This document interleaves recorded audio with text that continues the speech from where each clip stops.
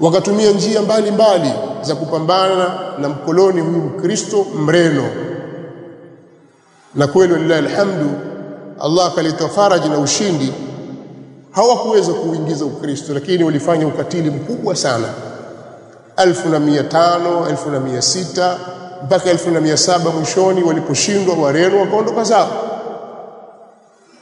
wakabaki utawala wa Kiislamu mpaka ilipoingia karne ya 19 walipokuja wakoloni wengine kuanzia Wajerumani, Waingereza, wakaja na siasa zao na kuonyesha kwamba wao ni wapole na wao ni kadha, wakayapenyeza makanisa yao, wakachanganyikana Waislamu kwa hila na hadaa nyingi sana. Ukisoma historia utakuta kuna hila na hadaa nyingi sana zilizoingia kwa Waislamu, lakini tukajikuta tuko katika hali hii sasa.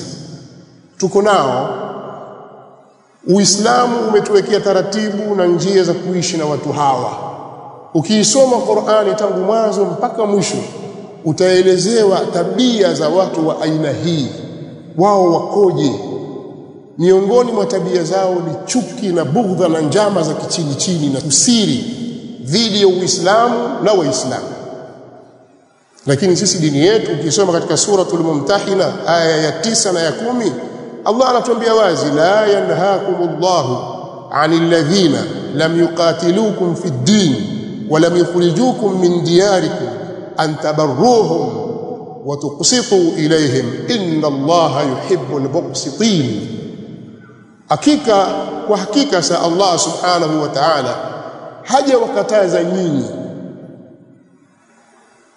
kutaamal na kuishi kuwatendea wema wale ambao hawajawapiga nyinyi kwenye dini yenu, hawawapigeni vita kwenye dini yenu.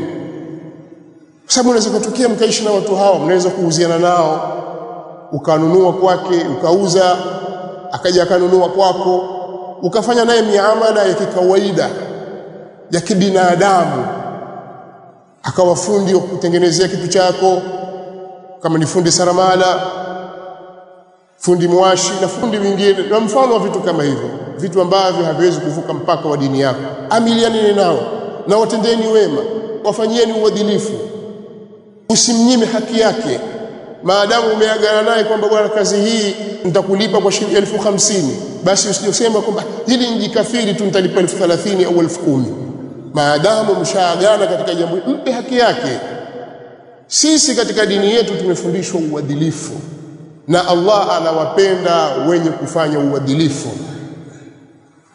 Waislamu wameishi na watu wa aina hii katika miji yao kwa uadilifu wa namna hii kwa muda mrefu sana, na hivyo ndivyo tunapotakiwa tuwe.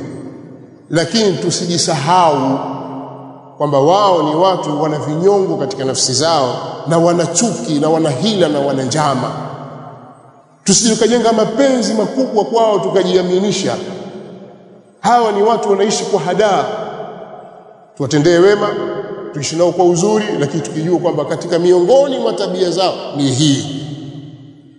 Sasa ukilitambua hili Muislamu, utakuwa umejitambua vizuri sana.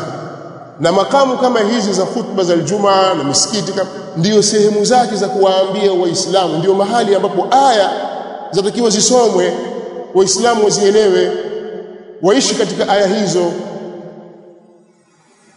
Na ukifanya hivi hujachochea, bali umewaambia Waislamu kile kilicho sahihi kilichowazunguka baina yao. Bwana, jirani yako kaa naye kwa wema, lakini si mzuri, kuna 1 2 3 ana tabia hii na hii na hii. Si uchochezi, unampa tahadhari yule. Bwana, yule jirani yako au yule ndugu yako yule jambazi, kaa naye vizuri. Hapo utakuwa umenasihi kwa wema. Sasa akiwa tabia yake ndio hiyo, basi utakuwa umemnusuru ndugu yako. Sisi tabia za watu hawa tuelezwa na Allah subhanahu wa ta'ala ndani ya Al-Qur'an kwamba hawa jamaa wakoje tangu hapo zamani mpaka leo. Wewe wadhani watabadilika? Hawawezi kubadilika. Ndio maana Allah akasema, ya ayyuhalladhina amanu la tattakhidhu bitanatan min dunikum la ya'lunakum khabala waddu ma 'anittum qad badat al-baghdha'u min afwahihim wama tukhfi suduruhum akbar. Hizi ni ayati katika kitabu cha Allah subhanahu wa ta'ala. Tunatakiwa tuzisome, tuzizingatie, lakini tubaki katika misingi, tusifanye uadui kwa watu na dhulma. tuishi kwa amani na upendo pale ambapo anastahili kufanyika upendo. Lakini aya zetu, aya za Qur'an tunazo, tunajua, na mtu ukishamjua basi utajua namna gani ya kuishi naye. Hii ni Wajawema Online TV. Hapa ni elimu tu.